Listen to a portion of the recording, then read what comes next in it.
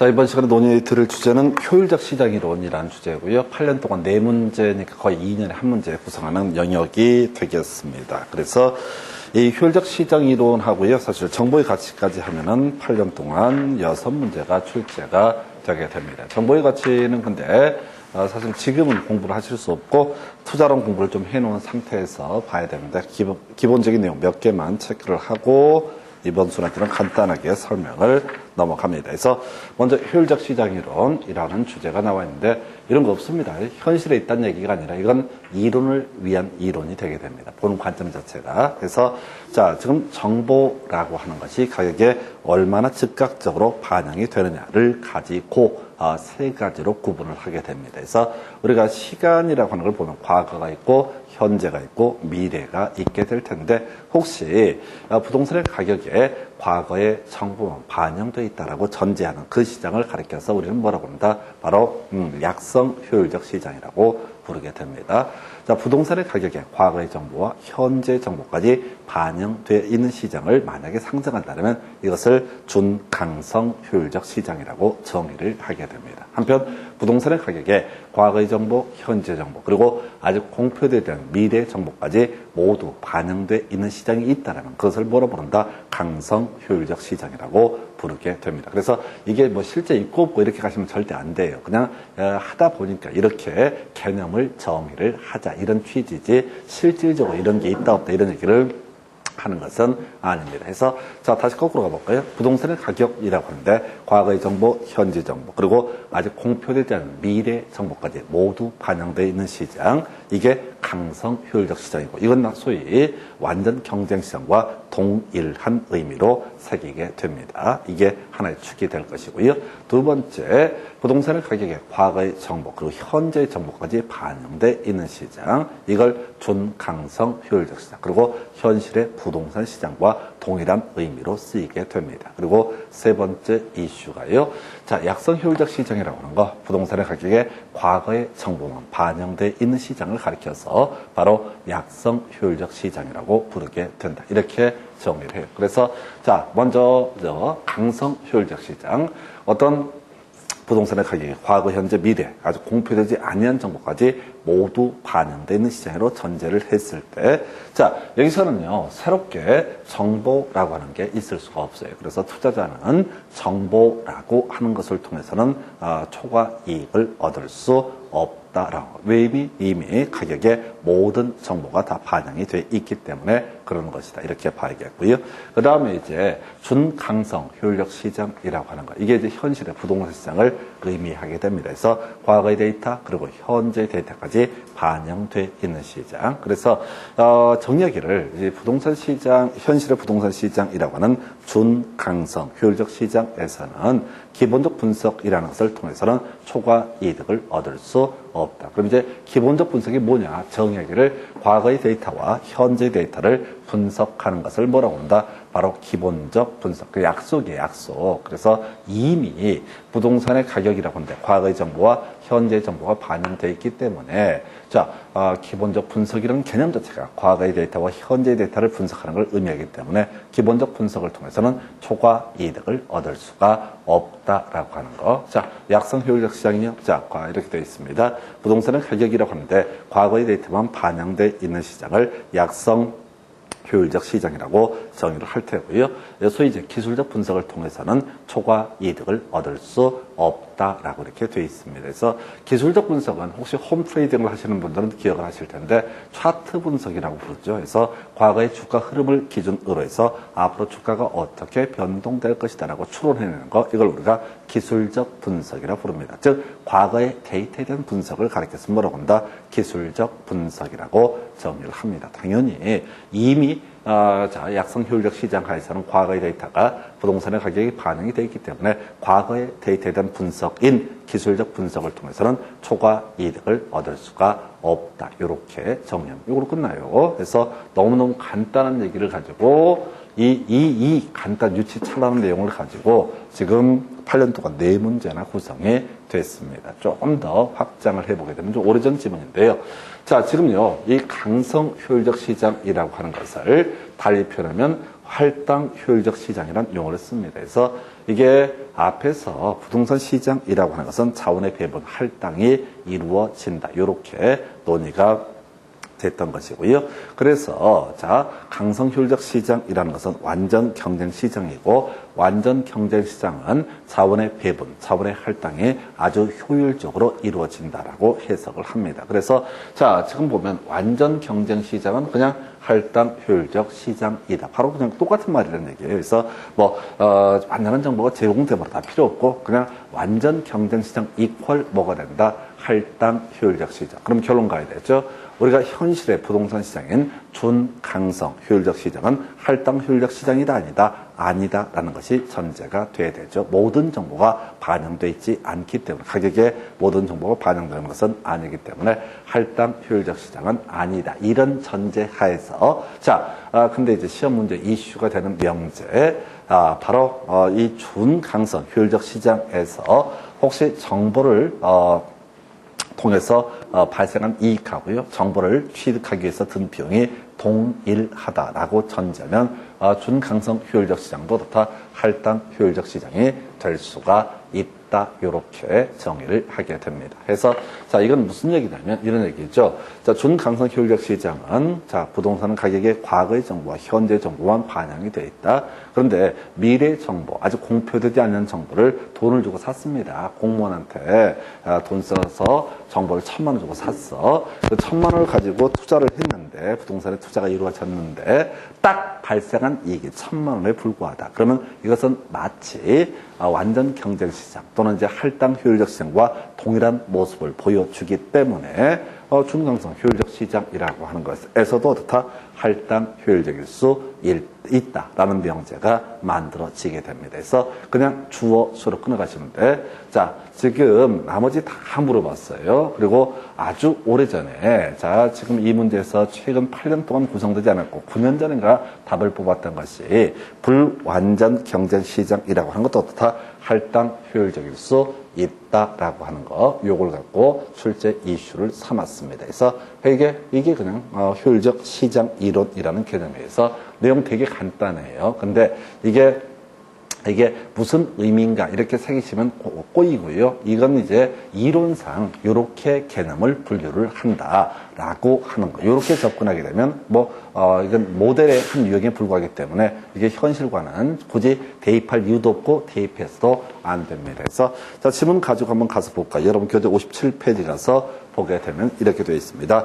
효율적 시장은 어떤 정보를 지체 없이 가치에 반영하는가에 따라서 구분될 수 있다. 그래서 과거의 정보가 지체 없이 반영된 시장을 뭐라고 한다? 약성 효율적 시장. 과거의 정보, 현재 정보가 지체 없이 반영된 시장을 준강성 효율적 시장. 그리고 과거의 정보, 현재 정보, 미래 정보가 모두 반영되어 있는 시장을 뭐라고 한다? 강성 효율적 시장. 이렇게 가는 거고요.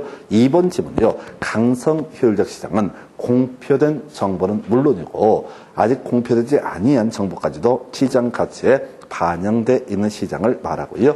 따라서 이때는 이를 통해서, 이게 뭐냐면 정보입니다. 이 완전 경쟁 시장인 강성 효율적 시장에서는 정보를 통해서는 초과 이윤을 얻을 수가 없다. 이미 모든 정보가 반영이 됐으니까 정보를 얻을 방법도 없는 것이지요. 근데 표현이 이를 통해서 하니까 이가 뭐라고요? 이가 의미하는 게 정보라는 것을 의미한다. 그래서 좀 까다롭고 지문이 내용이 문제가 아니라 지문이 좀 까다롭습니다. 3번 지문은요. 강성 효율적 시장은 완전 경쟁 시장의 가정에 가장 근접하게 부합되는 시장이다까지 보셨고요. 4번 답으로 뽑았던 네요. 강성 효율적 시장에서도 정보를 이용해서 초과 이윤을 얻을 수 있다. 틀렸죠? 강성 효율적 시장에서는 모든 정보가 반영되기 때문에 정보를 통해서는 초과 이윤을 얻을 수 없다라고 이렇게 봐야겠고요. 5번 지문은요. 준강성 효율적 시장은 공표된 것이든 그렇지 않은 것이든 어떤 정보도 이미 가치에 반영되는 시장. 틀렸죠? 강성 효율적 시장이 모든 정보가 반영되어 있는 시장. 근데 새끼들이 또 번역할 때 지랄처럼 해놨어요. 그래서 어떤 정보도 모든 정보가 반영되어 있는 시장. 이렇게 이제 표현하면 훨씬 더 이해가 빠를 텐데 어찌됐든 틀린 표현이 되겠습니다. 6번 지문이요. 준강성 효율적 시장은 과거의 추세적 정보뿐만 아니라 현재 서로에 공표되는 정보가 지체 없이 시장 가치에 반영되므로 공식적으로 이용 가능한 정보를 기초로 기본적 분석을 통해서 투자를 하더라도 초과 이윤을 얻을 수 없다 해서, 자, 중간에 힘드니까 주어서 끊어갑시다. 준강성 효율적 시장에서는 기본적 분석을 통해서 초과 이득을 얻을 수가 없다. 옳은 표현 이렇게 가는 거예요. 그래서 가능하면은 학개론 쪽도요, 이렇게 주어서 좀 끊어서 가시면 조금 쉬워져요. 근데 얘들이 지금 번역문을 가지고 자꾸 지문을 구성하다 보니까 내용과는 무관하게 좀 피곤하게 구성을 하고 있습니다. 7번 답이 됐네요. 약성 효율적 시장에서는 현재 가치에 대한 과거의 역사적 자료를 분석해서 정상 이윤을 초과하는 이윤을 획득할 수 있다. 자, 가볼까요? 약성 효율적 시장에서는 과거의 역사적 자료를 분석해서 초과 이윤을 얻을 수 있다. 틀렸죠? 약성 효율적 시장에서는 과거의 데이터에 대한 분석, 이걸 달리 표현하면 기술적 분석이라는 표현을 쓰게 됩니다. 그래서 과거의 데이터에 대한 분석을 통해서는 어떻다? 초과 이윤, 초과 이득을 얻을 수가 없다라고 해서, 지금 보세요. 이렇게 별것도 아닌 걸 가지고 계속해서 구성을 하고 있고요. 여러분 교재 58페이지 가서 지문 2개 마저 보겠습니다. 할당 효율적 시장에서는 부동산 거래 은밀성으로 인해서 부동산 가격의 과소평가 또는 과대평가 등 왜곡 가능성이 커진다. 해서 앞에서 우리 부동산 시장의 특성을 얘기하면서 정보가 가치에 제대로 반영되지 않기 때문에 왜곡 가능성이 커진다. 이런 식으로 공부하셨고, 할당 효율적 시장은 완전 경쟁 시장을 의미하는 겁니다. 그러니까 완전 경쟁 시장은 수요와 공급이 자유롭게 진출입할 수 있고요. 상품의 표준화, 규격화가 이루어진 상태니까 이 자체에서는 어떻다? 가격의 왜곡 가능성은 없는 거죠. 없다라고 해석을 해야 됩니다. 그래서 틀리게 구성을 했고요. 그 다음에 2번 불완전 경쟁 시장에서도 할당 효율적 시장이 이루어질 수 있다 해서 최근 8년 동안 답이 되진 않았지만 이명재가 그 전에 답이 됐던 문제에서, 자, 바로 불완전 경쟁 시장, 현실의 부동산 시장 또는 준강성 효율적 시장도 정보를 획득하기, 미래 아주 공표되지 아니한 정보를 획득하기 위해서 투자한 비용하고 그 정보를 통해서 발생한 이득이 동일하다라고 한다면 이것은 어떻다? 할당 효율적일 수 있다라고 하는 거. 요 정도가 소위 효율적 시장 이론이라는 개념이 됩니다. 어찌됐든 얘는 지금 8년 동안 4문제, 거의 2년에 한 문제꼴로 출제가 되는 주제예요. 이건 정확하게 캐치하시고 가야 될 주제가 아닌가 싶습니다. 그래서 그 다음에 이제 정보의 가치라는 개념이 있는데, 이 정보의 가치는 나중에 투자론 하고 나서 제가 설명을 드리도록 하겠습니다. 지금 얘기하면 좀 어려워지니까. 그래서 투자론 가면은 나중에 화폐 시간적 가치라는 개념을 공부하게 될 테고요. 자, 그래서 일시불의 현재 가치 계수라고 해서 1 플러스 R의 n성분의 1이라는 개념을 나중에 공식을 공부를 하시게 됩니다. 그래서 이 주제는 나중에 투자론 하신 다음에 따로 설명을 드릴게요. 바로 이어서 설명드릴게 지대 이론이라고 하는 거.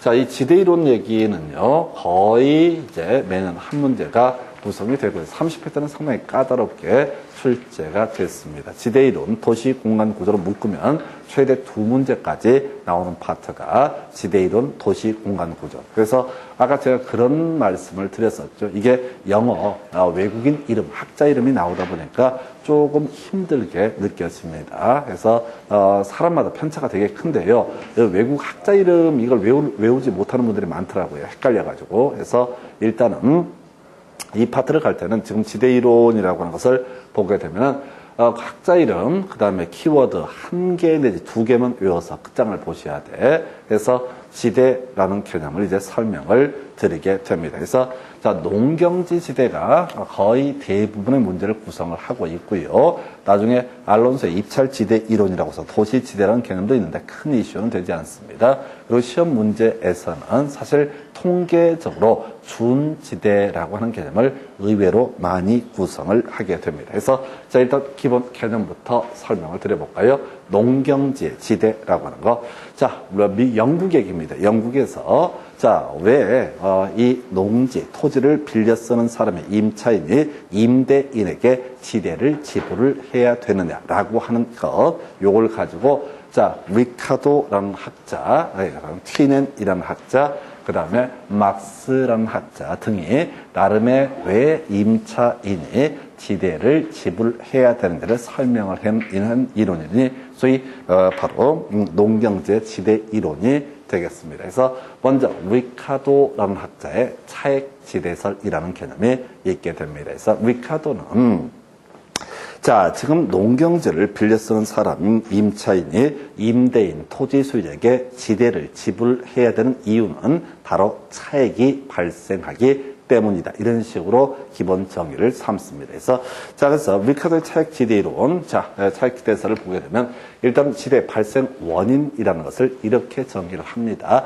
이런 예들은 시험 지문에 나오더라도 답이 되지 않아요. 그냥 깔아주는 지문의 전형이 되게 됩니다. 자, 리카도에 따르게 되면 왜 임차인이 타인의 토지를 농경지로 재배, 이용을 할 때 지대를 지불을 해야 되느냐라고 하는 거. 첫 번째 이슈가 여기서는 이제 비옥한 토지 희소성 나와 있고요. 비옥도의 차이, 그 다음에 수확 체감의 법칙. 순서는 어느 쪽이 되든 상관이 없습니다. 먼저 수확 체감의 법칙이라는 개념부터 설명을 드리겠습니다. 듣고 버리는 거예요. 자, 지금요, 우리가 어떤 농산물을 생산하기 위해서 100평짜리 토지에 한 사람이 투입됐을 때, 그때 소출량하고, 자, 두 사람이 투입됐을 때 소출량하고, 10사람이 투입됐을 때 나오는 생산량을 비교해 보게 되면 머릿수 하나를 늘린다고 해서 그만큼 수확량이 증대되는 것은 아니다. 이걸 이름하여 수확 체감의 법칙이라고 부릅니다. 머릿수를 아무리 늘린다 할지라도, 그래서 한 명 있을 때 만약에 100kg의 농산물을 생산했다, 2명 한다고 해서 200kg가 되는 것이 아니다. 노동력이 더 많이 들어가더라도 어떻다? 예를 들어서 150 정도밖에 생산을 할 수가 없다. 10명 된다고 해서 곱하기 10 해갖고 1000kg를 뽑아낼 수 있는 것이 아니라, 예를 들어서 400이나 300까지밖에 뽑아낼 수가 없다라고 하는 거. 그러면 이제 농산물의 수확량을 늘리기 위해서는 단순히 노동 인력을 많이 투입한다고 해서 그만큼 생산량이 비례해서 늘어나는 것이 아니다. 이걸 이름하여 뭐라고 한다? 수확 체감의 법칙이라고 정의를 하게 됩니다. 그러면 자, 농업을 영위하는 입장에서 더 많은 농산물을 생산을 하려면 어떻게 해야 될 것이냐? 비옥한 토지를 찾아가야 된다. 비옥한 토지를 찾아가는 게 필요하다. 그래서 비옥한 토지 찾아갈 필요가 있겠고, 자, 근데 비옥한 토지라고 하는 게 사방에 다 깔려 있는 것은 아니지요. 자, 모든 토지가 다 비옥도가 똑같고 비옥한 토지가 되는 것은 아니다. 어떤 토지는 생산물이 거의 나오지 않는 그런 토지가 있을 수도 있겠고, 어떤 토지는 상대적으로 같은 노동력을 투입하더라도 많은 소출, 생산물이 나올 수 있는 토지가 있다. 그래서 비옥한 토지는 일단은 어떻다? 희소성. 자, 다 깔려 있는 게 아니다. 그리고 이 비옥한 토지라고 하는 것은 희소성이라는 개념이 있겠고요. 두 번째, 그것도 또 비옥도의 차이라는 것이 존재한다. 그러면 농산물을 많이 생산하고자 하는 사람은 어떻다? 좀 비용을 지불하더라도 어떻게 한다? 비옥도가 높은 토지를 찾아가게 될 것이다. 그래서 자, 이 리카도르 학자는 좀 독특한 개념을 만들어내요. 자, 소위 한계지, 최열등제라는 개념을 만들어서 자, 임대료가 발생하지 않는 토지라는 개념을 상정을 합니다. 비옥도가 낮아서 이거는 돈 주고 빌렸을 필요가 없다라는 토지, 한계지 또는 최열등제라는 개념을 상정을 하면서 대신 어떻게 한다? 지금 내가 이 농지를 어떤 임차인이 임차를 한 이유는 그 한계지보다 생산성이 더 크기 때문에, 그래서 결국은 지주에게 있어서, 자, 임차인에게 있어서 지대라고 하는 것은 이 한계지, 상정된 한계지라는 개념과 지금 경작하고 있는 토지 간의 생산성의 차익만큼을 어떻다? 지불하는 것이다 라고 이렇게 주장을 합니다. 그래서 이걸 정리하면 이런 식이에요. 그래서 임차인에게 있어서 지대라고 하는 것은 자, 비옥한 토지와 한계지의 생산성의 차익에 해당하는 부분을 어떻다? 지불하는 것이다. 이렇게 보는 거고요. 두 번째가 개념이 좀 어려운데 요즘엔 잘 나오지 않았어요. 자, 임대인, 농지 소유자에게 있어서 지대라는 것은 어떤 의미를 가지게 되느냐 해서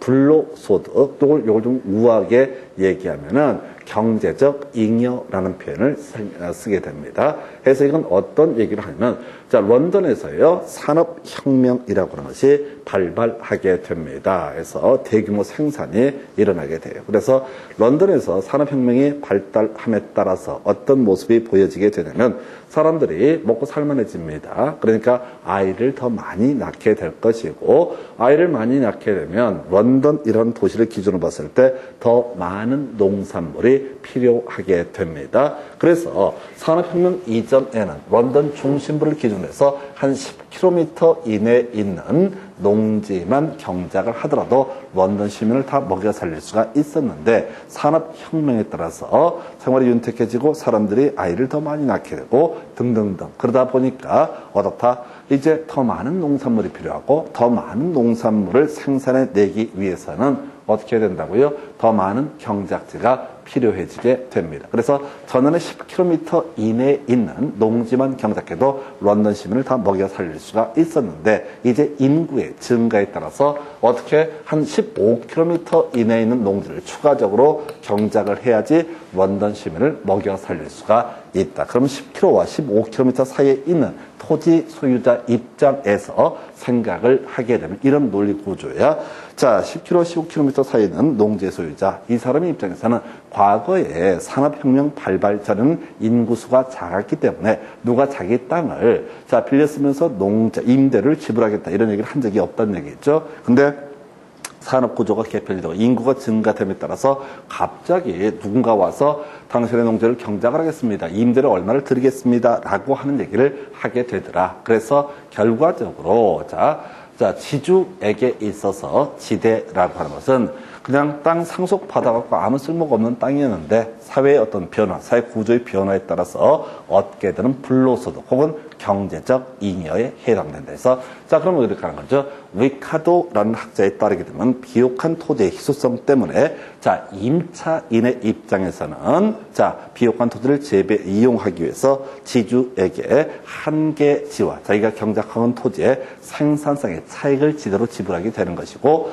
지주에게 있어서 지대라고 하는 것은 불로소득 혹은 경제적 잉여에 해당이 된다. 이런 식의 논리 구조가 리카도의 차익지대설이라는 개념이 되게 되는데, 다만 뒤에서 나올 얘기겠지만 리카도의 차익지대설에서 문제가 되는 게 한계지라는 개념이 자, 지금 지대가 발생하지 않는 토지라고 전제를 하고 있는데 그런 토지는 없다는 거죠. 뒤에서 막스 얘기를 하면서 설명을 드릴 텐데, 남의 땅 빌렸었는데 뭐 생산성이 얼마가 됐든 간에 공짜로 빌렸을 수 있는 땅은 없다라는 비판을 받게 된다. 그래서 하여튼 리카도 차익지대설, 자, 임차인에게 있어서 지대라고 하는 거, 임대료라고 하는 토지의 임대료라는 것은 뭐에 해당되고 차액에 해당된다. 그 다음에 지주에게 있어서 지대라고 하는 것은 경제적 잉여에 해당된다. 이렇게 정의를 하게 됩니다. 자, 이게 리카도의 차액지대설이라는 개념에서 아주 겁나 무식하게 간단하게 얘기를 한 겁니다.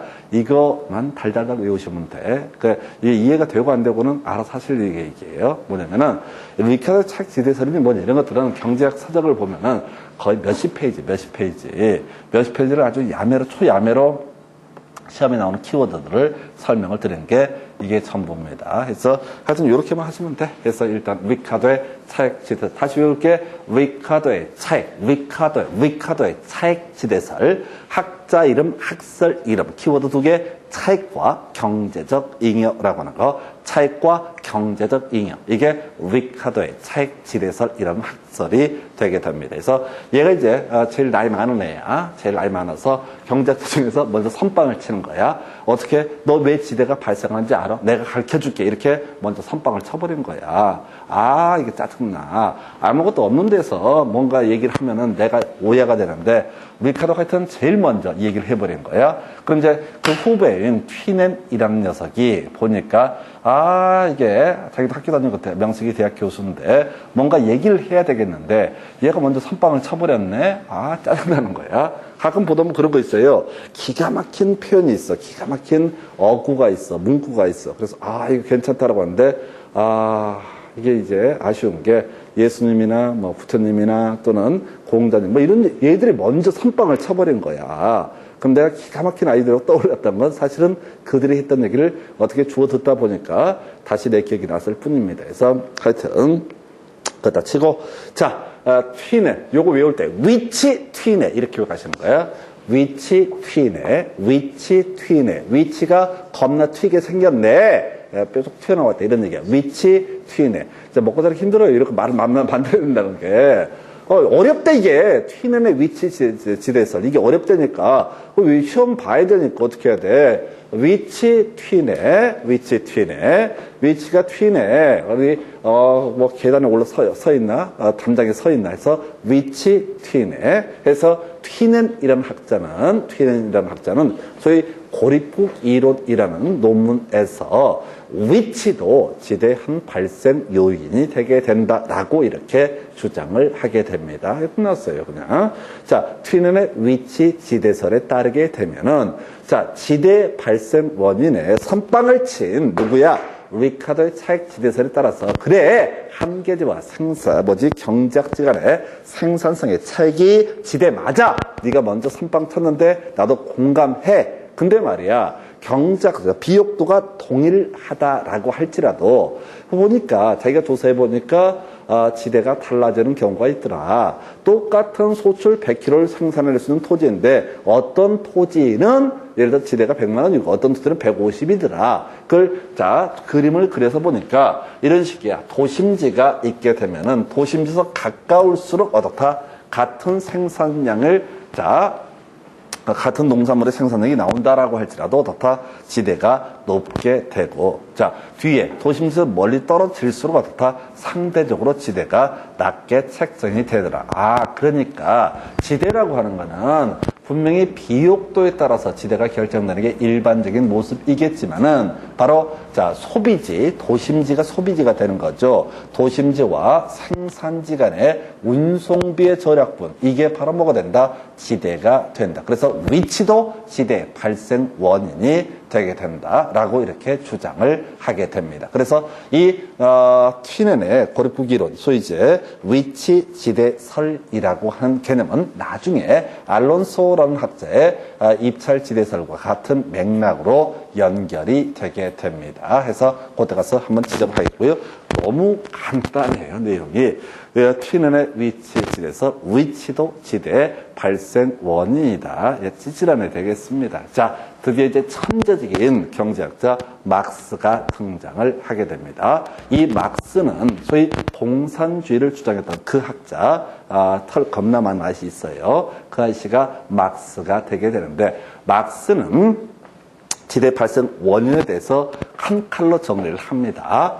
지대가 발생하는 원인은 이 시스템 자체, 사회제도 자체가 개인의 사소유를 인정하기 때문에 어떻다? 지대가 발생한다. 그렇죠? 어떤 토지 가서 내가 농작물을 경작을 하려고 하는데 소유자가 있네? 그럼 어떻게 해야 돼? 소유자를 만나야 돼. 내가 이 토지를 이용하겠습니다. 그러니까 그럼 지대를 주시오라고 얘기한다고. 그럼 얘가 얘기하지. 여기는 생산성도 낮은데요. 그럼 이용하지 마세요. 이렇게 얘기한다고. 그래서 바로 지대의 발생 원인은 소유 그 자체에서, 소유라는 개념 자체에서 지대가 발생되게 된다라는 주장을 하게 됩니다. 그래서 이 학설은 앞에서 얘기했던 리카더의 차익 지대설이라는 개념과 비교했을 때 리카더의 차익 지대설의 가장 논리적 한계를 뭐냐면 한계지라는 개념을 상정을 했었는데 세상에 남의 땅을 쓰는데 공짜로 쓸 수 있는 경우는 절대 없다. 이걸 입증해 보이는 게 바로 뭐야? 바로 막스의 절대 지대설 되겠습니다. 그래서 아까 우리 외우실 때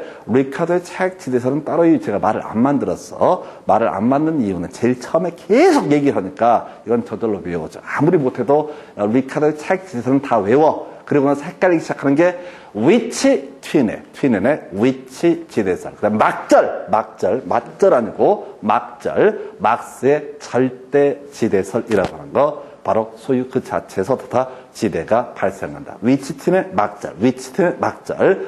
정확히 외우셔야 돼. 왜? 문제 구성할 때 이 미친놈들이 막스의 독점 지대설 이렇게 던진다고. 그러면 우와 독점 지대설, 독점 비슷한 것 같은데 생각하지 마. 그러면 안 돼. 그냥 기계적으로 우리는 몇 개 외우고 끝내셔야 돼. 복습은 증 따고 나서 이건 기억도 해서는 안 돼요. 기억도 해서는 안 돼. 여기 괜히 떠서 주워 들었다고 해서 굳이 집에 가서 야, 너 왜 지대가 발생하는 줄 아냐? 아무도 관심 없어. 지대가 왜 발생하는지에 대해서. 알고 싶어 하지도 않아. 아니, 내가 설명을 해줄게. 아니, 듣고 싶지 않아. 듣고 싶지 않아. 그래서 막절, 위치팀의 막절. 이렇게 기계적으로 가셔야 돼. 그래서 답은요, 주로 막스의 절대 지대설에서 답을 뽑아요. 왜? 논리 구조가 리카도의 책 지대설부터 얘기가 시작이 되잖아요. 그 다음에 이걸 약간 발전시킨 게, 자, 바로, 비옥도, 위치도 지대 발생 원인이다. 곁다리 잡은 게 튀넨의 위치 지대설이에요. 그런데 이 이론을 완전히 뒤집어 버리는 게 뭐라고요? 막스의 절대 지대설이라고 하는 거. 그러니까 수험생이 공부할 때 어떻게 해? 리카도의 책 지대설부터 무조건 공부를 해야 돼. 그래야 그 다음 단계에서 튀넨의 위치 지대설이라는 개념을 공부할 기초가 쌓이는 거예요. 그리고 나서 이 한계라는 개념을 처절히 때려 부시는 게 뭐가 된다? 막스의 절대 지대설. 그러면 여러분이 출제는 모르겠어요. 공부 많이 하는 사람 맞출 수 있게 막스의 절대 지대설을 가지고 거의 시험 문제 답을 뽑아요. 셋 중에 하나를 뽑을 때는. 물론 문제가 좀 어렵게 나오는 걸 대비해서 골고루 알아야 되긴 하는데 자, 막스의 지대론, 농경지 지대 이론에서는 좀 더 데이터 분석하면 그냥 막스의 절대 지대설을 가지고 주로 답을 뽑아요. 그럼 너무 쉬운 게 아닐까요? 아니요. 외우는 순서의 문제예요. 우리가 다른 과목 할 때 설명드렸지만 어떤 주제가 주어지면 기승전결 나오게 되면 결파트에서 거의 다 답을 뽑는다고요. 그래서 농경지 지대에서 답을 구성을 하고 싶으면은 뭘 갖고 거의 다 뽑더라? 좀 더 분석해 보시면 알아요. 그래서 막스의 절대 지대설이라는 주제를 가지고 답을 뽑아요. 자, 이제 비운의 학자, 마셜 이런 학자가 나오게 됩니다. 마셜은요, 겁나 인생이 씁쓸합니다. 선배들이 다 시부려버렸습니다. 리카도는 차익이라고. 경제적 잉여라고. 튀네는 위치도 지대의 발생 원인이라고. 그리고 막스는 완전히 판을 깨버리는 개념, 소유 그 자체에서 지대가 발생한다라고 얘기했어요. 더 이상 할 말이 없습니다. 이런 게 미치는 거야. 자기도 뭔가 좀 공부를 해갖고 뭔가 한 칼 해보려고 그랬는데, 도대체 이 세계를 벗어나서 얘기할 거리가 없는 거야, 도대체. 그러면 월급 받는데 뭐해? 뭔가 얘기를 해야 돼. 이게 학자의 운명이야. 뭔가 얘기를 해야 돼. 그래서 얘는 지대는 됐고 지대는 영구적인 이익. 토지는 소멸하는 것이 아니기 때문에. 토지는 사라지는 것이 아니기 때문에. 우리 앞에서 토지의 자연적 속성할 때 영속성이라는 개념을 설명을 드렸어요. 토지는 사라지는 게 아니기 때문에 경작을 하는 한 영구적으로 발생하는 소득이다라는 개념에 착안을 해서 바깥해야 되잖아요. 바깥해야 되니까 새로운 학설을 만듭니다. 지대는 아닌데 마치 지대처럼 좀 삑을 뜯는 것들이 있더라. 이게 바로 뭐가 된다? 준지대라는 개념을 창설해 내게 됩니다. 우리가 앞에서 부동산 학개론 공부하실 때 그런 거 있었죠. 연공위헌. 그래서 기술적 개념의 부동산에서 자연, 공간, 위치, 환경. 그 다음에 경제적 개념의 부동산, 자산, 자본, 생산 요소, 소비재, 상품 이런 것들이 있었고요. 그리고 법, 제도적 개념의 부동산은 토지와 그 정착물이라고 얘기하면서 학개론 파트에서는 토지의 독립도와 토지와 독립된 정착물하고 토지에 종속된 정착물 두 개를 비교하면서 그 뒤에 등기된 임목, 공장재단, 광업재단 등 바로 준부동산이라는 개념을 만들어냈었죠. 준부동산은 원래 동산인데 마치 부동산처럼 취급한다 해서 준부동산. 다시 돌아와서 지대에 대응해서 농경지 지대에 대응해서 준지대라고 하는 개념은 준지대라는 개념은 뭘 얘기한다고요? 지대는 아닌데 마치 지대처럼 다신 영구적이지 않고 일시적으로 얻게 되는 소득을 가리켜서 뭐라고 한다? 준지대. 그러니까 가슴 아픈 얘기예요. 이 아이는.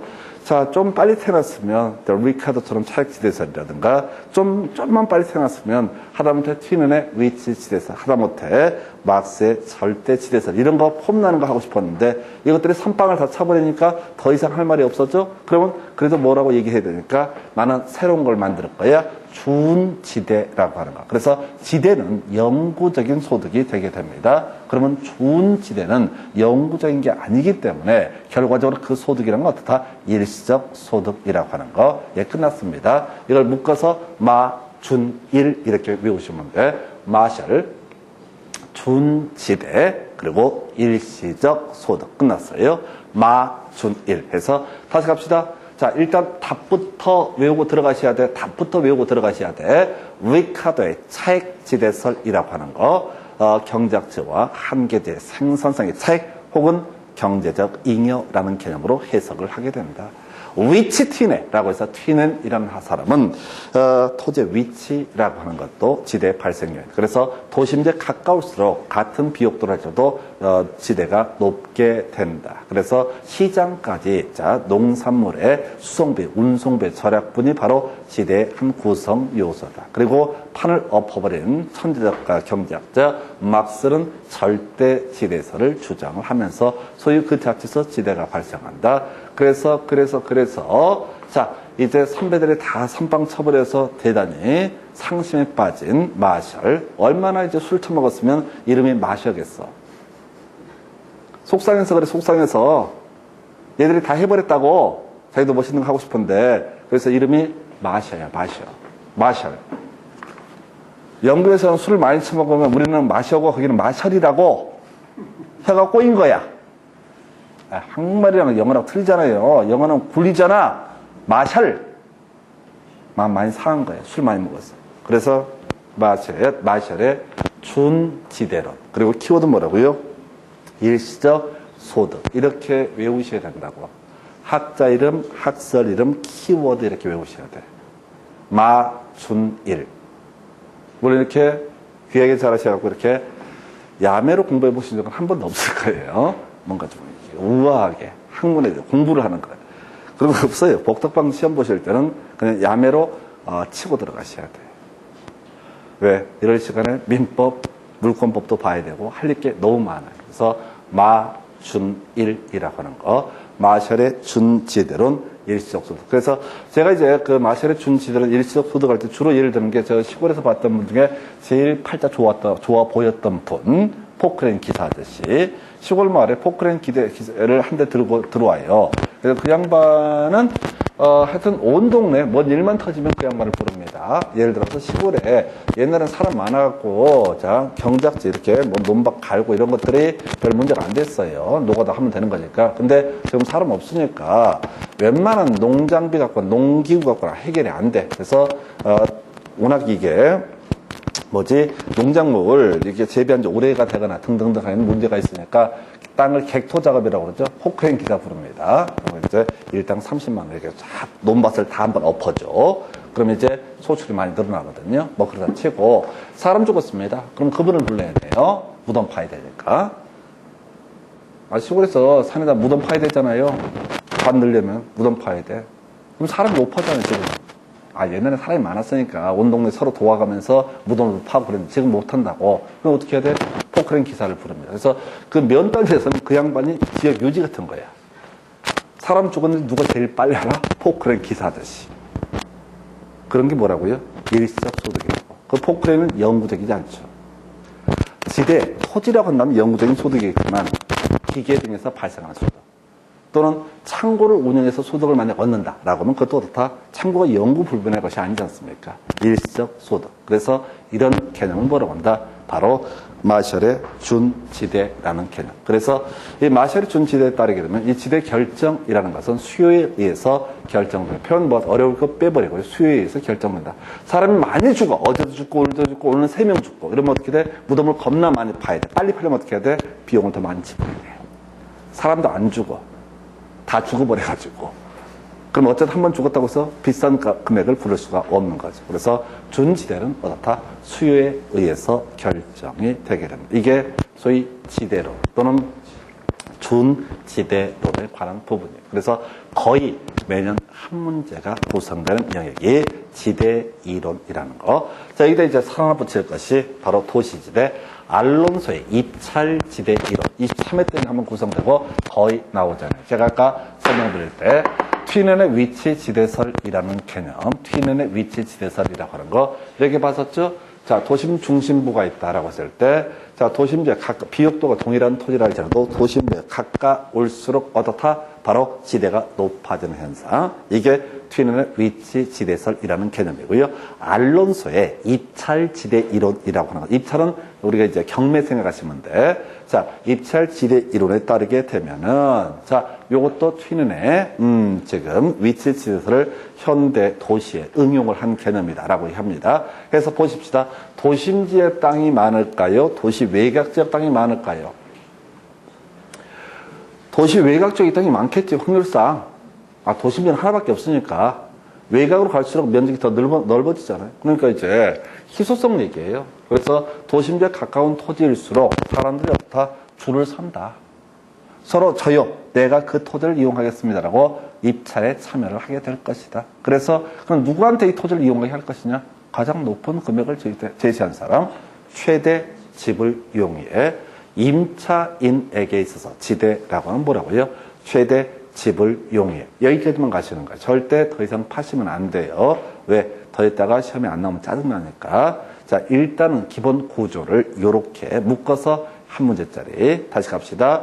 학자 이름 벌써 5개나 나왔어요. 아직 다 나오지도 않았어. 좀 이따 보면 몇 놈 더 기어 나와. 막 짜증나게. 결국은 학자 이름만 한 10명 돼요. 그래서 이게 이제 중고등학교 다닐 때 그 영어를 되게 싫어하는 분이 있어요. 이런 분들은 학자 이름 나오는 거 되게 짜증내니까 하여튼 뭐 모르겠어. 학자가 되게 싫다. 그럼 그분은 수학을 좋아하느냐? 수학도 싫어해. 그럼 왜 중개사 시험을 준비를 해?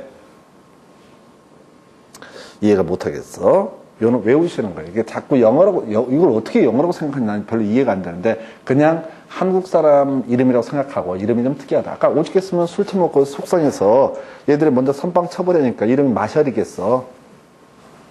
술 많이 처먹고 혀가 꼬인 거야. 우리나라 한국말로 치면 마셔. 마시. 그리고 셔. 얼마나 좋아. 근데 이제 영국 놈이니까 어떻게? 마셜. 이렇게. 마셜. 저도 옛날에 학교 다니고 이럴 때는 이렇게 싸구려 빈티나게 얘기하지 않았어요. 근데 어렵대요, 이거 어떻게. 마셜. 속상해서. 그래서 지대론을 주장하지 못하고 준지대론이라는 말도 안 되는 개념을 만들어냈다. 이렇게 설명. 다시 갑시다. 리커더의 차액지대설이라고 하는 거. 자, 경작지와 한계지와의 생산성의 차액이 바로 지대가 된다. 지주에게서 지대라고 하는 것은 사회 구조의 변화에 따라서 얻게 되는 불로소득 혹은 경제적 잉여. 한 23회인가 22회 때 오래전에 나왔던 문제. 위치 튀네라고 해서 튀는의 위치 지대설. 위치도 지대의 하나의 결정 요인이 되게 된다. 자, 막절이라고 하는 다 엎어버린 아이예요. 그래서 막스의 절대 지대설에 따르게 되면 소유 그 자체, 소유권은 절대적인 권리거든요. 나중에 우리 민법에서 물권이라는 용어를 씁니다. 그래서 아마 번역하는 게 아마 그런 의미 같아요. 그래서 막스의 절대 지대설. 소유 그 자체에서 지대가 발생한다. 그래서 이 사람 나중에 사회적 모순의 원인을 소유로 해석합니다. 그래서 공산주의라는 개념을 창설을 하게 됩니다. 그래서 모든 이 소유에서 발생하는 자본주의 시스템의 모순은 공산주의면은 해결이 되게 될 것이다라고 하는 거. 그래서 이게 하여튼 뭐 그래요. 그래서 공산주의의 반대말은 자본주의가 될 테고, 뭐 하여튼 약간씩 용어상의 개념이 우리가 필요한 개념은 아닌 것 같고요. 그래서 보통 마준일 해서 마준일, 마셜의 준지대론 일석소득. 그리고 준지대는 수요에 의해서 결정된다. 그때 수요에 결정되는 뭐라고요? 아까 얘기했던 거 뭐 있었어요? 지금 포크린 기사 일당을 얼마를 받을 것이냐, 무덤을 파는데 사람 겁나 죽어 인기 절정이면은 밤에도 무덤 파야 되니까 그만큼 비용이 비싸질 테고, 사람이 별로 안 죽어도 다 죽어버린 케이스입니다. 그런 경우는 비용이 상대적으로 싸질 것이다. 그 다음에 알론소라는 학자, 좀 어렵네요. 입찰지대 이론 해서 튀렌의 위치 지대론을 끌고 들어온 개념이고요. 그래서 알론소의 입찰지대 이론은 뭐라고요? 최대 지불 이용에 제발 부탁드리는데 나중에 공부하실 때 책 좀 읽지 마요. 그냥 이 단어들을 계속 나열해 가면서 그냥 기계적으로 암기하시는 게 훨씬 싸게 먹혀요. 그리고 시험 보실 때도 문장으로 외운 적이 없기 때문에 키워드 단위로 끊어서 시험 문제를 풀 수 있거든요. 근데 여러분들이 보통 일반적으로 공부하는 방법이 자꾸 책 읽으시거든. 그게 이제 평생을 살아온 습관들인데 제가 보기에는 이 자격증 시험 이런 거 준비할 때는 썩 좋은 방법이 아닌 것 같아요. 그래서 결국은 단어. 이게 문장이 예를 들어서 하나의 문장이 한 10단어다. 그거 외우는 것보다 단어 3개 외우는 게 훨씬 싸게 먹힙니다. 이게 이해 문제가 아니라 암기 문제예요. 그래서 이렇게 자 지대 이론이라는 개념 보셨고요. 자 지문 한번 체크해 볼까요? 지대 이론 가지고 지문 한번 체크를 해 보도록 하겠습니다. 여러분 교재 61페이지에 가서 보니까 먼저 1번 리카도는 비옥도의 차이. 자 비옥한 토지의 토지량의 제한, 희소성이죠. 수학 체감의 법칙의 작동을 지대 발생의 원인으로 보았다. 이건 던져주는 지문이네요. 2번 지문이요. 리카도의 차익 지대설에서는 지대 발생 원인을 농토의 비옥도에 따른 농작물 수확량의 차이로 파악을 하게 된다. 그래서 비옥한 토지일수록 수확량이 많으니까 많은 지대를 지불할 수 있다. 이런 논리구조. 3번 리카도는 지대 발생의 원인을 비옥한 토지의 희소성과 추악 체감의 현상으로 설명하면서 토지의 질적 차이에서 발생하는 임대료 차이로 보았다라고 해서 하여튼 국어 문법 개판이라는 거 느껴지시죠? 지대 발생의 원인을, 그렇죠. 원인이라는 게 아마 키워드가 될 것 같은데 하여튼 문장 되게 불편합니다. 학계론 쪽이 좀 심해요. 국어 문법, 어법에 전혀 안 맞아요. 이게 번역문이다 보니까. 그렇다면 그렇게 보셨고, 이게 언제 24회 때 나왔었네요. 그 다음에 그 밑에 차액지대설에 따르면 지대는 생산비가 아니라 아까 지주에게 있어서 지대는 불로소득 혹은 경제적 잉여 23회 때. 그러니까 문제를 분석하면 지금 우리 31회 시험 준비하셔야 되는데 너무 오래전에 나왔던 게 리카도의 차익지대설. 그러니까 그 시기를 기준으로 보게 되면 리카도의 차익지대설은 어려운 거야. 무슨 얘기인지 아시겠어요? 23회, 24회 시험을 기준으로 보게 되면은 리카도, 우리 농경제 지대 이론에서 리카도의 차익지대설만 내더라도 다 떨어진다고. 근데 23회, 24회 때 리카도의 차익지대를 뽑아냈으니까 사람들이 강사들이 뭐 준비를 다 하겠죠. 그러니까 조금 더 업그레이드 시키는 거예요. 업그레이드 시켜서 예를 들어서 튀어나오는 위치 지대설 또는 이제 요즘 문제처럼 막스의 절대 지대설을 뽑아내는 거죠. 그러니까 이게 흐름들을 보면은 대충 윤곽이 나와요. 그러니까 옛날에는 리카도의 차익 지대설을 중심으로 문제를 구성했던 것이고 요즘은 조금씩 초점이 옮겨가는 거예요.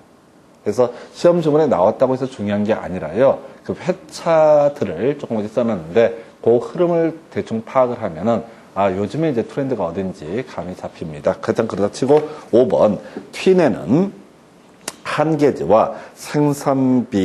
생산비와 우등제 생산비의 차이를 절대지대로 보았다 해서 일단 말 자체가 전혀 안 돼. 튀내는 어떤 얘기가 나올 때 위치라는 표현 이렇게 나와야 되죠.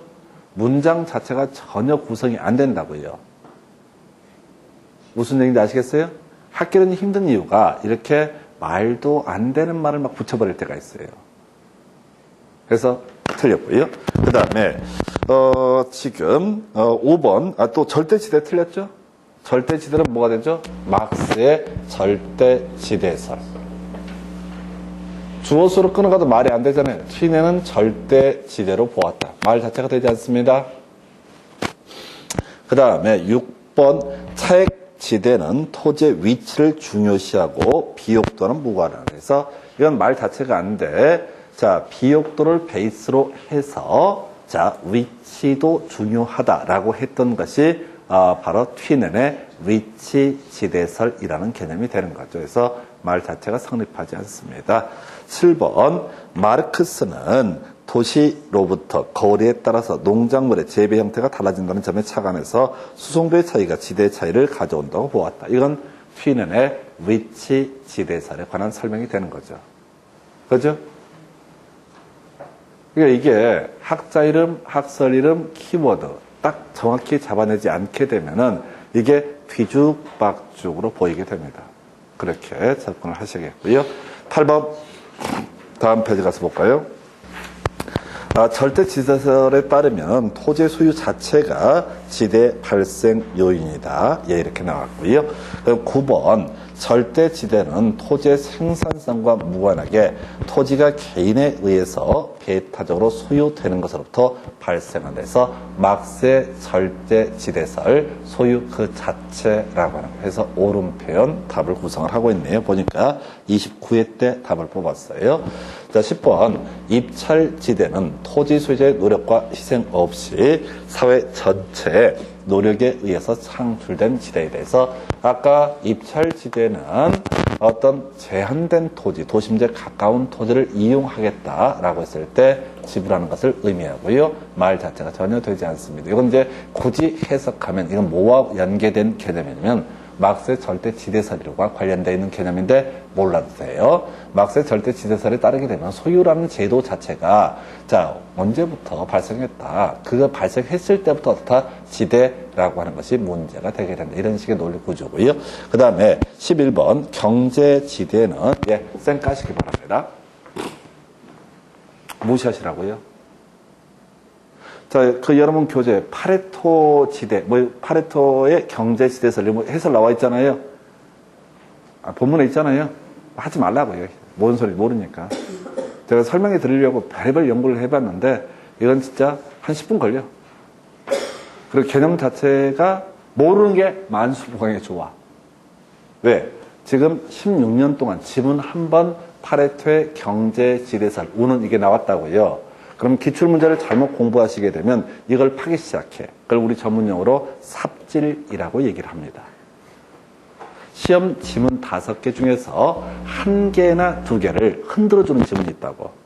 너 이것도 알아? 이런 식으로 약 올리는 지문. 그러면 공부를 잘못하신 분, 실력이 있고 없고 얘기가 아니라 공부가 잘못되신 분은 좌절하면서 이걸 공부를 할 걸 이지랄을 한다는 거죠. 하지 마요. 16년 동안 한 번 나왔던 지문까지 분석해서 외우려고 하면 공부할 양이 너무 늘어요. 지금 다 이해되시죠?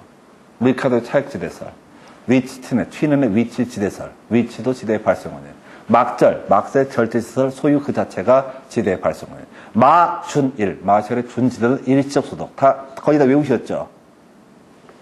이 정도 몇 번 했는데 외울 것 같기도 한데?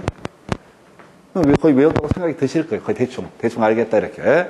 너무 좋아할 거 없어요. 한 10분 전에 잊어버려요. 아니, 이렇게 해도 한 10분, 20분 지나면 잊어버린다고. 나중에는 이제 이게 붕 막 섞여버려. 아니, 지금 말씀드리는 게 작은 게 아니라고. 무려 학자 5명을 얘기했고, 학설, 키워드 이렇게 한두 개씩 설명을 드렸다고. 그러니까 이게 지금 이제 공부하시다 보면 빠지는 함정이 뭐냐면 들어서 대충 이해가 된다 또는 이제 대충 암기된 것 같은 느낌을 주게 되면은 남들과는 좀 더 다른 삶을 살아야 되니까 어떻게 해야 돼? 바로 파레토의 경제지대설을 쭉 읽어보면서 이것은 그게 삽질이라고 해요. 그땐 드라마 보시는 게 훨씬 낫습니다. 아니 통계 데이터가 제시를 하잖아요. 16년 동안 한 번 나온 지문하고 16년 동안 6번, 7번씩 나온 지문이 있으면은 우리가 이게 뭐 학자가 될 것도 아니고 책을 쓸 것도 아니니까 그냥 기존 잊어먹지 않고 그게 문제 푸는 테크닉 공부하는 방법이라고요. 자, 그래서 이렇게 보셨고 그 밑에 지문까지 가볼까요? 자, 마셜의 준지대론이라는 주제. 자, 지문 8개 나왔고요. 답이 3개네요. 4번, 오른쪽에 7번, 8번. 답 3개 뽑았죠? 답 3개 뽑았죠? 그러니까 이게 이렇게 간다고. 지금 애초에 처음에 23, 24에 할 때는 리카르도의 차익지대에서부터 시작해. 튀넨의 위치에서 큰 이슈 안 돼. 덩어리가 너무 작아.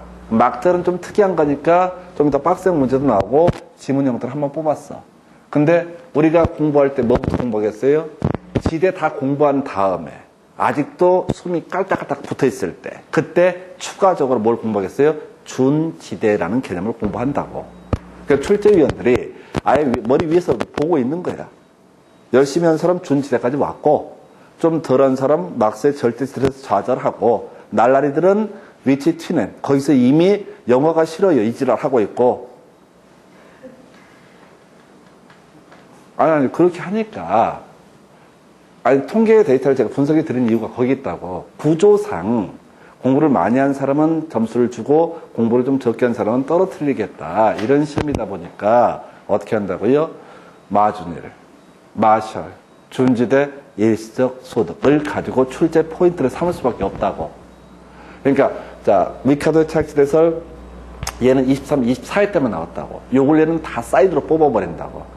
튀는의 위치지대로 거의 답이 아니고 막스의 절대지대를 좀 뽑아주고 있고 그 다음에 실제 시험 문제 포인트는 마, 준, 일 얘를 가지고 도배하다시피 출제한다고요. 마셜의 준지대는 일시적 소득. 마음에 상처받았던 애.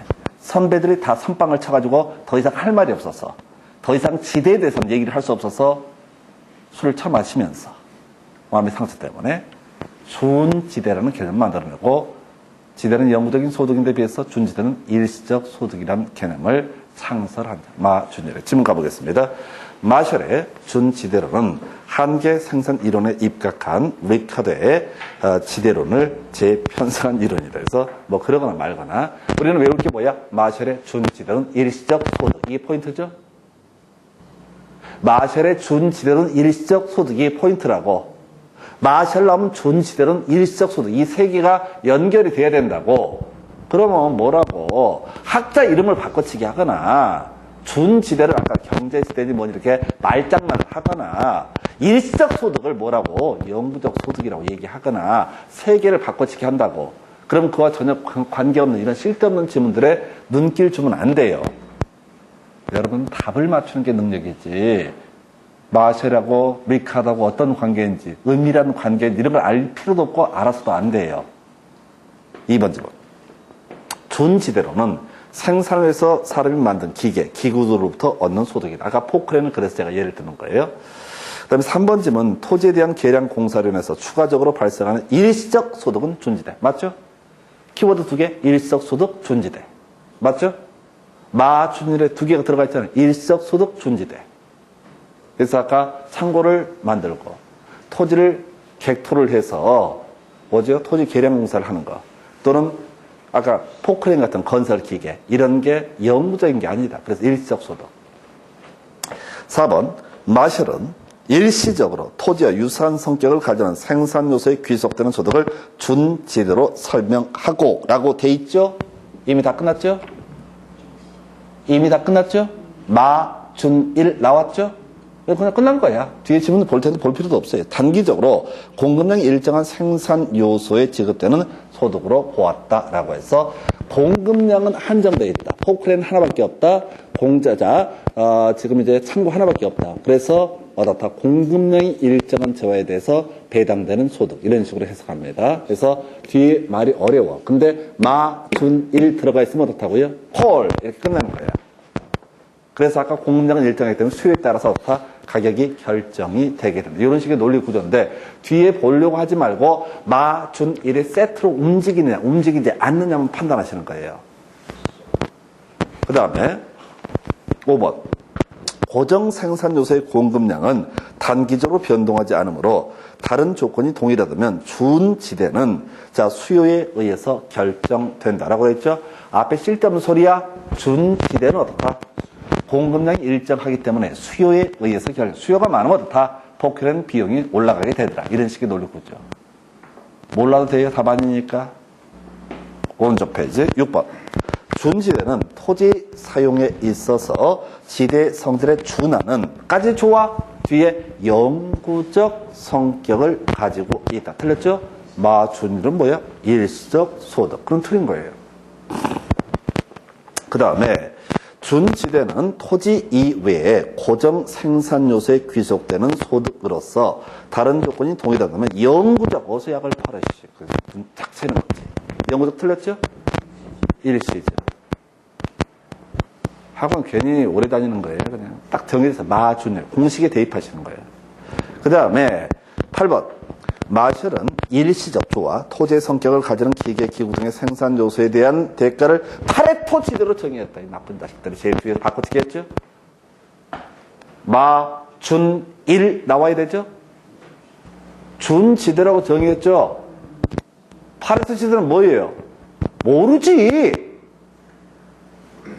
마준일 그냥 기계적으로 대입하시는 지금 나왔던 답들을 분석하면 마셜 중지대 일석 소득 이걸로 다 게임 끝난다고요. 무슨 말씀인지 아시겠어요? 이걸 이해하고 이 문장의 의미를 새기고 이렇게 가는 게 아니라 그냥 기계적으로 대입하시면 끝나는 겁니다. 하나만 더.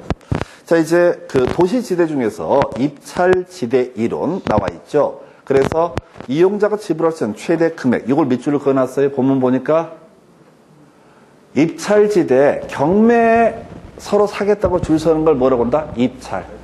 그러면 이제 입찰이라는 개념 자체가 뭐라고요? 토지를 이용하고자 하는 사람이 지불할 수 있는 최대, 내가 여기까지 지르겠다. 라고 하면 최대 지불 용익을 가리켜서 뭐라고 그런다? 입찰지대라고 부른다. 도시의 지대를 결정하는 이론이라고 해서 옆에 지문 보니까 1번 도심 지역에 이용 가능한 토지는 외곽 지역에 비해서 한정되어 있어서 토지 이용자들 사이에 경쟁이 치열해질 수 있다라고 하는 거. 그래서 서로 비싼 금액을 제시하겠다고 할 거예요. 2번 지문이요. 입찰지대설에 따르게 되면 토지 이용은 최대 지불 의사가 있는 용도에 할당한다. 뭐야? 가장 높은 금액을 제시한 사람이 그 토지 이용 유형을 결정할 수 있다. 이 얘기고요. 3번 지대는 기업주의 정상 이윤과 투입 생산비를 지불하고 남은 잉여에 해당하며 토지 이용자에게서 최소 지불 용액. 그랬죠? 토지 이용자에게서는 뭐야? 최대 지불 용액. 내가 여기까지는 지를 수 있어. 라고 하는 개념이 뭐가 된다? 최대 지불 용액이라고 하는 거. 그래서 틀렸다고요. 그래서 이건 딱 하나, 23회 때, 옛날 문제, 23회 때 입찰 지대로 나오니까 24, 25, 26, 27, 28, 29, 30까지 뒤지게들 막 쳐 외웠는데 한 번도 안 나오고 그러. 그러니까 출제비너가 떨어지니까 포인트만 딱딱딱 끊어서 외우시자고. 그렇지, 그럼 마셜, 얼마나 술을 처마셨으면 마셔야 되겠어. 자, 마셜의 준지들은 일시적소. 그 정도로. 4번, 알론소. 뭐를 얘기입니다. 그래서 쫓아가시면 안 돼. 4번 어려우니까. 그래서 이렇게 해서 지대 이론 설명드렸습니다. 지대 이론은 보시다시피 무조건 1년에 한 문제 정도 구성하는 영역이고, 통계 데이터를 보면, 저기 문제 하나 빠져있구나. 교재 62페이지에 다음의 내용을 모두 설명하는 지대는 이라고 해서 27회 때 나왔던 문제이고요. 지대는 토지 소유자가 토지를 소유하고 있다는 독점적 지위 때문에 발생하는 수입물이고, 최열등지에서 발생한다 해서, 막스의 절대 지대설. 막절, 이렇게 가야 되죠? 막절 소유, 이렇게 간다고? 지대는 토지 비옥도는 생산자과는 아무 관계없이 발생한다. 지대는 토지의 사유로 인해서, 하여튼 같은 말이죠. 첫 번째 동그라미나 세 번째 동그라미나 같은 말 하고 있는 겁니다. 그 말이잖아요. 소유. 하여튼 출제는 좋겠어? 이렇게 같은 말 두 번씩 해도 되고, 지들 마음대로. 그래서, 지금 문제 답을 뽑는 걸 보면 23, 24 옛날 문제만 리카드 일석, 그 나머지는 막스의 절대지대설 하고요. 그 다음에 마준일. 그러니까 시험 문제 앞으로 뭐가 나올지 몰라요. 제가 그걸 알면 점집을 차린다고 그랬어요. 그런데 제가 제안 드리는 것은 최소한 이 정도의 문제 혹시 나온다라면 이건 실수를 해서는 안 되겠다. 모든 영역을 이렇게 가셔야 됩니다. 그리고 확률상 한 70점 내외에 맞는데 이 정도는 충분하다고 저는 생각을 합니다. 그래서 자, 30시간 다음 주제 도시공간 구조론 설명드리도록 하겠습니다.